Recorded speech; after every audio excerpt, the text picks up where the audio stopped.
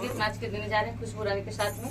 आप लोग सुनिएगा, अपना प्यार दुलार आशीर्वाद दीजिएगा। अच्छा लगे तो कमेंट करके जरूर बताइएगा। अखिया नींद से भरी रजऊ कहाँ रहा, अखिया नींद से भरी रजऊ कहाँ रहा, रजऊ कहाँ रहा, बलमू कहाँ रहा, रजऊ कहाँ रहा, बलमू कहाँ रहा, अखिया नींद से भरी रजऊ कहाँ रहा, अखिया नींद से भरी रजऊ कहाँ रहा।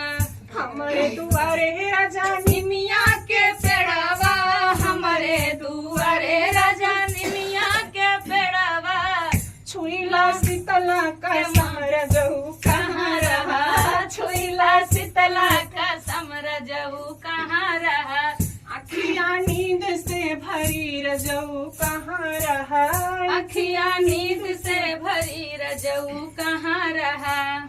हमारे दुआरे राजा निमिया के पेड़ावा, हमारे दुआरे राजा निमिया के पेड़ावा, निमिया के पेड़ावा हो निमिया के पेड़ावा, छुईला लइका का समरजऊ कहाँ रहा, छुईला लइका का समरजऊ कहाँ रहा, अखिया नींद से भरी रजऊ कहाँ रहा, अखिया नींद से भरी रजऊ कहाँ रहा।